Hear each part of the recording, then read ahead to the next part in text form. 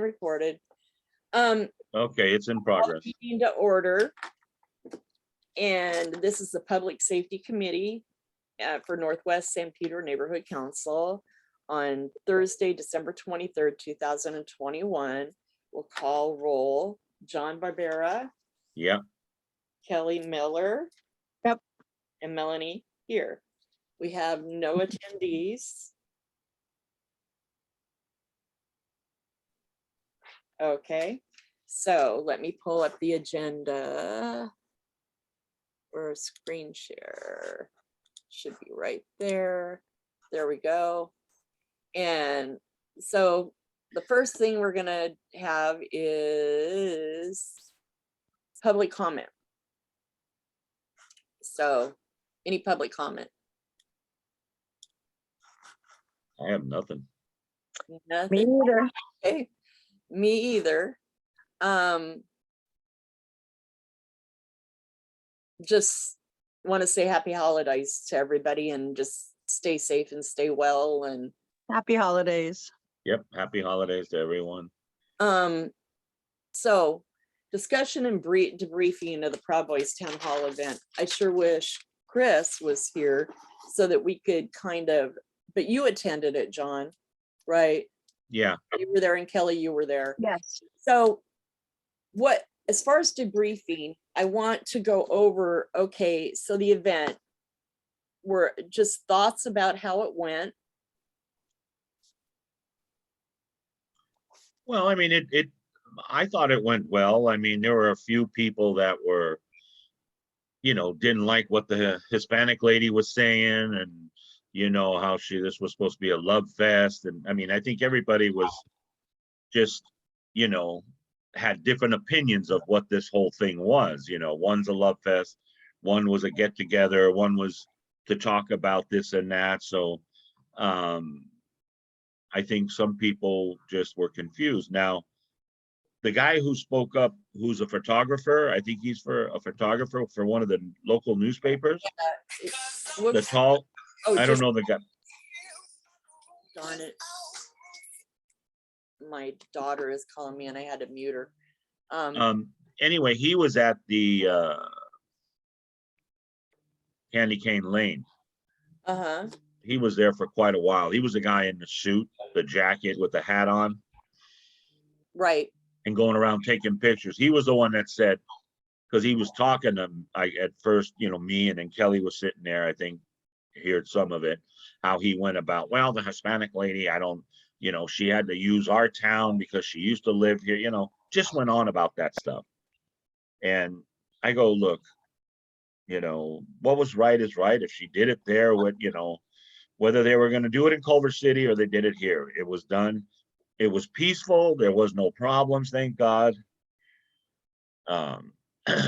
People talked about seeing knives and guns, and I mean, it's all speculations, and what we have to go by is what they said and saw. Right. And then, of course, he talked about those things you put on that look like knuckle, right, like knuckle braces, whatever, and that they're plastic, but they're hard enough to where they hurt. I mean, I guess everybody had. I think we didn't have anything drastic, out of proportion. I think everybody. There was two versions. It was obviously two versions to two different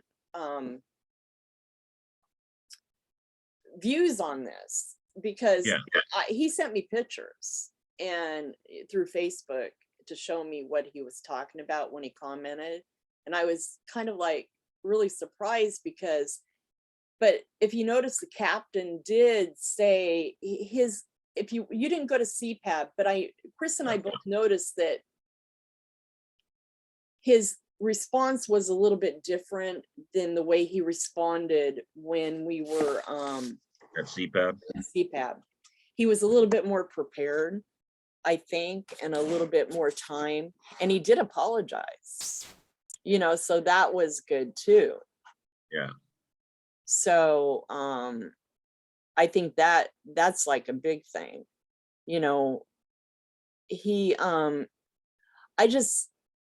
I really think my feeling on this is for events like this, I'm hoping that we can, if something like this comes up again, that they'll be more ready to respond to what the community wants. I'm disappointed in CD 15 that Jacob didn't come until the last 30 minutes of the meeting, because they were called, they were messaged, they were talked to him on the phone. I went in there to go get the key and reminded him of it, you know, Alexis, to remind him, the secretary, and she said she would, and nothing. They were sent a couple of emails and everything.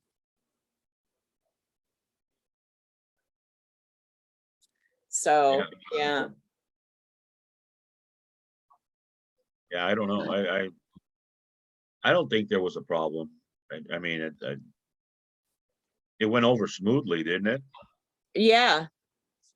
So I think there was a large attendance, which I was pleased by. We had 80 people attend in the attendees side. It yeah, said 80, which was really good. no, there was a lot of people, which was nice, and a lot of people spoke up, you know, said good things, and And I found that feature that you revoke ability to speak. I discovered that at the town hall when I was moderating, because people were cutting in, like the Latinos for Trump. The girl kept opening her mic up and saying something and not raising her hand. And then a couple other people started chiming in. And so I'm like, whoa, I got to get control of this. What can I do? And I started looking at the controls, and I clicked on more, and I saw that you can revoke ability to talk. And so I went down and did all that on everybody that was allowed to talk before and revoked it. So they had to raise their hand again to be able to speak. right, and then you let them on. So So, and that's where I became aware of it. And so I had mentioned it to Vic that we need to start doing that when he sent out the email for ideas and stuff to control the meeting better. That's what I suggested to him. And then Octaviano last night says, you guys should be using this feature, blah, blah. And I said, yep, I know where it is. I already said something to Vic about it. So yeah. So I don't know. I guess we really don't have to have too much of a debrief then on this, because I really think I can write up something that we're really pleased with the turnout and pleased with the event. And yeah, and pleased that people showed, you know. I think probably what I should do is maybe draft up a thank you email for them all coming. Might be a good thing. yeah. I don't know. I mean, it wouldn't hurt. Are you talking about the board? No, Or to the attendees? the panelists, the people that were Yeah, that's what I said, the board. The mayor's panelists, office, the city attorney guy, yeah. you know, those people, just them, you know, say Yeah. thank you for attending. Yeah, that wouldn't hurt. It's always a nice gesture.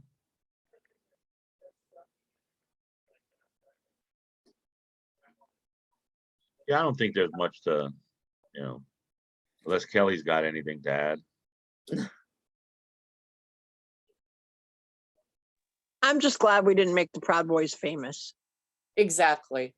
Yeah, I feel that it was handled the way it should, so as to not escalate the situation. I Yeah. think the whole idea, people were mad that all those cops came, but honestly, it's better to have that and have them. And, you know, I look at it this way in a kind of a different lens. Maybe they did have the bear spray, and, you know, it's evidence shows that they probably did and probably did have the knives. But do you want to start grabbing all of those from them and then start to escalate a situation? No, Or rather just let it be? And if they do anything, then be ready to surge in on them. But for now, we're just going to hands off and let them do their little protests and then get them out of here. You know, and that's the way I kind of saw it, but not everybody sees everything the same way as I do all the time. So I understand that. it was just a good peaceful thing, so it didn't escalate into anything. Yep. So then the other thing is discussion about any future town halls. I personally, and this is just my thoughts, after the first of the year, you know, not saying right away in January, but like maybe February or March, would like to do another one. And this one be before summer and spring hit on with rec and park only. About the parks, about permits. Yeah, that About would be good. oversight of the parks on maintenance. With our bathroom doors being broke and everything. And I'd like to partner with issues with Dan and you guys on it too. Okay. Who handles permits in San Pedro for parks? I don't even know. Over on PV Drive North, the regional office is Deanne Dedman that was at our town hall, her Oh, okay. office. But the problem is that like Harbor Highlands Park, Averill Park don't have rangers, park rangers. So they have to rely on LAPD for enforcement and oversight. And that is a big problem. The rangers go down to Point Furman and they go to some of the other parks, but for some reason, Harbor Highlands, also there's nobody checking permits. So like at Harbor Highlands, we have a free for all over here. And it, you know, they've started where like we had a problem here. Oh God, it was last month or so. Dan was involved in it where they tried to start a fire. It had a campfire going. Yeah. And we were calling for cops. Finally, Dan called somebody and got the cops to come. But what they told him was, oh, they were having a birthday. They hadn't cut the cake yet. They didn't want to leave. And they're sudden like, well, you need to put the fire out and blah, blah, blah. They had a log on the fire. And so the cops told Dan they weren't sure how they were going to put it out, but they needed to put it out. And they told him they didn't watch them put it out. They just told him they could stay until 8, continue to stay, finish their cake and everything, and make sure they put the fire out. So they had like a fire pit, one of those metal circular fire pits that you carry, and had a log in it. So the evidence the next day that I took pictures of were that they dumped it on the street there with coal smoldering. And they just dumped it out there and left it to smolder. Jesus. Right on Gatun. Instead of putting it out with water, Exactly. you know, all they had to do was put it out with water, just spray it with water. It was still smoking the next day over there. Yeah, not good.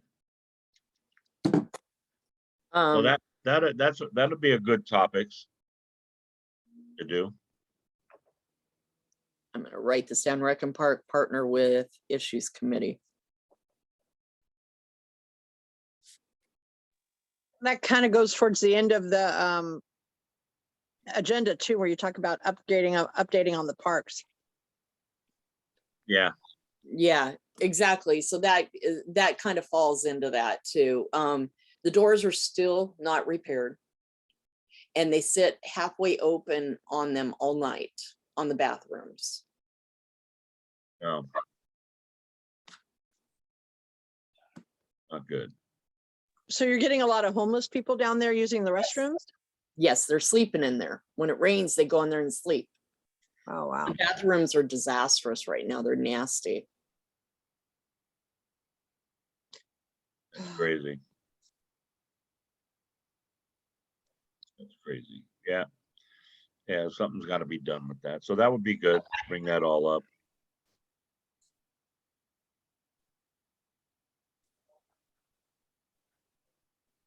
I've got my little grandson asleep next to me here. How little is little? He's 13 months. Oh, wow. Oh, My wow. two, my two girls are here too. Do they, does he stay with you a lot or? They live with me. I live in the back of the house. They have the front of the house. And I mean, I'm retiring in a few years and I'm going to be traveling. So this way, at least I have a place to stay. They can have that. They're going to eventually get the house anyway. I mean, he's going to inherit the house. But I'm off for the next 3 weeks. So he's with me for a couple days every week while I'm off. So Oh, that's awesome. Shelly and I share him, and then my sister and I share. Oh, that's good. That's really But cool. today he fought sleep all day long. He came to me at like 5:30, 6 o'clock this morning, and he fought a nap all day. Aw. So he finally, 4 o'clock, he finally conked out. Yeah, So, he's probably tired. so Philip 66 I have on here because I talked to Ken this morning. And Ken had come to us and asked us several months ago to do a presentation at the board. And then he sent me an email again requesting to do a presentation. And what it is they do a yearly update for Philip 66 to the board and the stakeholders. It's just a yearly briefing update. And that's what he does every year. And that's all he's wanting to do. And he's supposed to present in December. And Christian contacted him and said that I guess he couldn't do the presentation because he wanted him to go to the port committee or sustainability committee instead, you know, before he did his presentation. And so the executive committee discussed it because Christian didn't attend that meeting, but we discussed it and decided that he had done everything proper to do because all he was doing again was to do with the updates and his yearly report that he does to the board. And so the executive board decided to put it on the agenda. Well, when I contacted Ken, he said, well, it's better in January anyway, that he has, so don't worry about it, that he has to get approval and get things clarified with his boss first, because he's public affairs officer. So public affairs, he speaks for them, and everything pretty much he says, he has to clear through technical people as well as clear through his bosses, you know, what he reports and says. And it hadn't been approved yet. So he requested to do it in January. But now Christian, I guess, has emailed him and wanted him to attend the port committee last night or Monday night, or was it Tuesday night? I guess that the No, port Monday or Tuesday. Monday or Tuesday they met, and he emailed him. Or was it the 21st? That was yesterday. Yeah, the 21st, yesterday. They emailed him. Christian emailed him like at 3:55 to be at a 6 o'clock meeting, and it just wasn't time enough for him to show up at the port. And logistics and everything else, you know, for him, it's the holidays. He's going out of town today. But he just said, just let him know whether or not he can do his report in January or not. I'm going to have to discuss this at the executive board. Yeah. He says he knows that they want him to come and talk about that peer thing with Philip 66 that they're talking about in the port meeting, but that's not what this update is about. This update is regards to Philip 66 itself, that he's coming to visit. Well, I know the port wants to put like 4 gas things were around at people's homes to see if they could monitors, and I don't know that Yeah. we're going to be able to do that with NC funds. Yeah, we can't do that. I We don't can't think put that's, things at people's homes to monitor, yeah, and that's, the port has tons of money. The port could pay for that. yeah. So I'm not sure exactly. I told Craig that he has to send me a full proposal where they're gonna go, what they're for, you know, who's gonna monitor them, what, et cetera, before, and it's gonna have to go to the city clerk to see if it's funds that Right. be used by the NC. Yeah, but why would we do it? Why didn't they go after Central or anybody else? So I don't know. Yeah, It's, they haven't submitted what for it yet, so it's up in the air as far as, whether yeah, or they not, got the money for that, so. but yeah, so like I said, this is pretty short tonight, what Yeah. we're discussing. Phillips, there's been a lot of HS2 burn off. And I told Ken that I'm really concerned about it. And he says that and he keeps saying that there's problems with their fence line where there's other contributors other than them on the fence line. There's some sort of tile roofing place or something that makes the tar tiles that's right on their fence line by the 110 freeway, supposedly. Okay, And they cause problems with the HS2 fence line problem. So I would like to kind of dig deeper into that problem of who they are, and are they operating environmentally correct? I brought this up to Gwen too, to see if maybe she could look into it too. Because she's good with that. yeah. Oh, it looks like he's awake. He's cute. Aw. And he wants grandma to read to him. Oh boy. I'm trying to change him because they're going somewhere and I'm supposed to get him ready. So I'm trying to do that at the same time, but he wants me to read the books. Yeah, we're almost done here. Like I said, there isn't a lot, and it's Christmas Eve before Christmas Eve. I just wanted us to get this debriefing done and talk about a future town hall and get that in, the books, as far as know that we're going to do that and start the work. That would be good. Start Yeah. to work with Dan, Yeah. I need to contact Dan, or you can put a bug in his ear for me because you're Okay. on issues, to tell him, we need to get with Melanie and talk about this and plan it, because we're going to do this together to tackle this wreck and park. And I'm not going to just invite Deanne Dedman. We're going to invite like the bigwigs of Wreck and Park. Yeah. That are up. Yeah, that's what we need to do. Downtown LA bigwigs for Wreck and Yeah. Park. Okay. So, okay. Yeah. Perfect. Alrighty.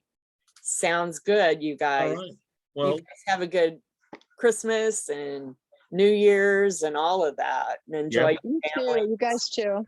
yep. Have a Merry Christmas and everything, and a Happy New Year. Well, I Did you guess we'll see. open your little goodie that I brought you Oh, back? I did. Thank you. Yes. I Thank knew you. that you were diabetic, and I'm like, oh, he can have this. No, the nuts are good. Yeah. The nuts are good. Yeah. Thank you. I was gonna text you earlier, and I forgot because I was talking with Octaviano and this and that, and then I totally forgot. And I'm glad you mentioned it now. I'm just fed up with this whole deal. So I'm glad he's setting up something. So, All but yeah, right. thank you very much. It was good. It You're was welcome. good. All right. Well, listen, Guys. have a Merry Christmas, everyone, and You enjoy guys it. too. Be Okay, safe. thank you. Thank you.